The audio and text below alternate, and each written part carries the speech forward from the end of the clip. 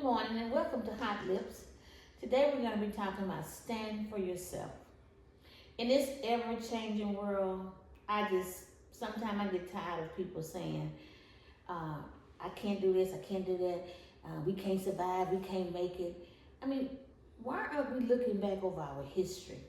How our people survived, how they made it, how they stayed together and took care of each other. You got to make it for yourself. You got to figure out how to go against the odds. A lot of times people say, I'm looking at TV and I know that there are a lot of people who are in need of food. I do know that. But what happened to the preparation stage for us? Preparing for the next day, preparing for the next week, preparing for 6 months down the road. What happened to that stage in our lives? Because growing up, I can remember my grandparents preparing for the winter. So they had food stocked and ready to go. These people today don't have any skills with that. They're not preparing themselves. They're not taking care of themselves. They're not doing what they need to do. And then they have the audacity to rely on the government. Even back in the day, when they gave you the cheese and the powdered milk and powdered eggs, really they weren't trying to take care of us. They just trying to fatten us up so we could go work in the fields and do all the things they wanted us to do for them. So in today's time, we have to start as a people to reach back and teach our children some survival skills. I was at an event this weekend and I could tell the little boy had some survival skills because he was scoping the room out. He was trying to figure out what was going on. So once he finished scoping the room out, he started to sit at the different little areas and participate and do some things. And so I see him, so I started to talk to him. So talking to him, I could tell there was some things missing in his life. But it wasn't until we got to the food part when he said, can I please have some food to take home to my siblings? Where is his mother? Where is his father? Where is his grandparents? So I proceeded, I'm like, oh my goodness, let me help this baby. He needs to have some food for his family. So then I said, well, what's your mom's number? Maybe we can call your mom. Of course, he don't know the number. This is a 9-year-old kid. No survival skills. Not preparing him. We have not prepared our children for nothing. He's 9. He do not go to he was dropped at a facility. What is wrong with us today? Why can't we do what we need to do to help and be prepared? We don't have to wait on the government.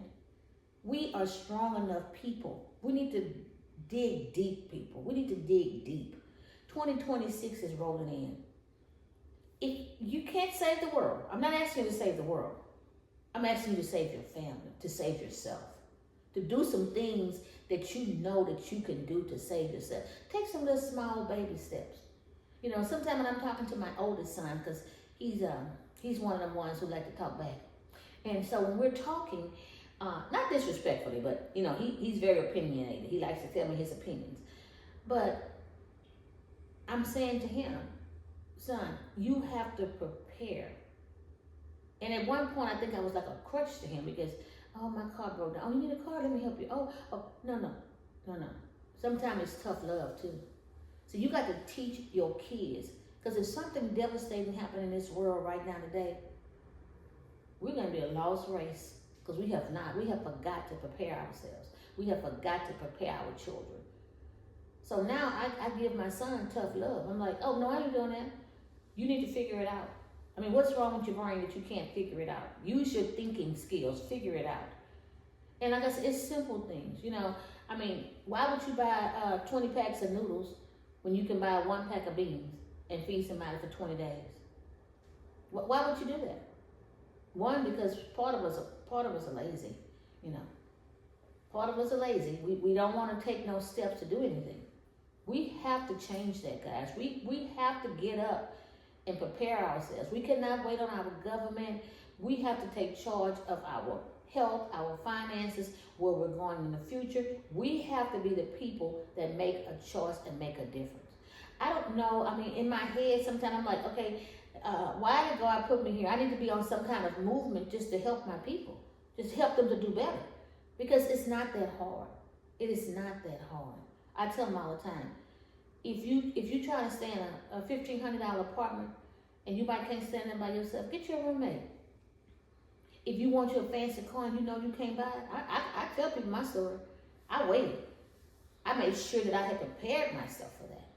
Because not only when you get a fancy car, you're going to have a fancy car note, you're going to have a fancy insurance note, you're going to have a fancy repair bill note. But if you're not prepared for that, because I had a family member who came to me, he was listening to some people, he said, I'm getting this car. So I said, oh, okay.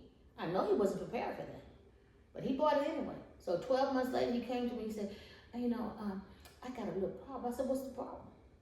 He said, we can't afford this car now. Well, I knew that. I told you don't buy that car. But guess what happened? So I had to help him. And how did I do that? I just go to the car lot, buy the cheapest car on the lot, trade that one in, buy the cheapest car. And sure enough, he wasn't upside down. But can you imagine you upside down in the car, it break down, you think, oh, you have a wreck, you ain't got no insurance, the proper insurance, you already sending yourself down a sinkhole. You have to prepare yourself. It's okay to take baby steps.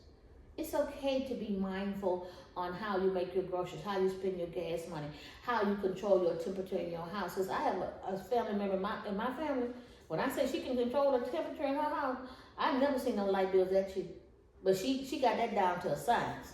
So you have to take steps to do things to better prepare yourself. I want us to stop waiting on the government to take care of us. I want us to get up every day with a plan to do something to take care and to prepare yourself.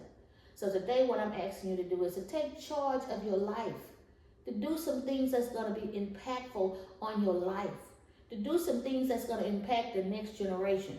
But whatever you do, please start to prepare your children for this world. Thank you. Have a great day.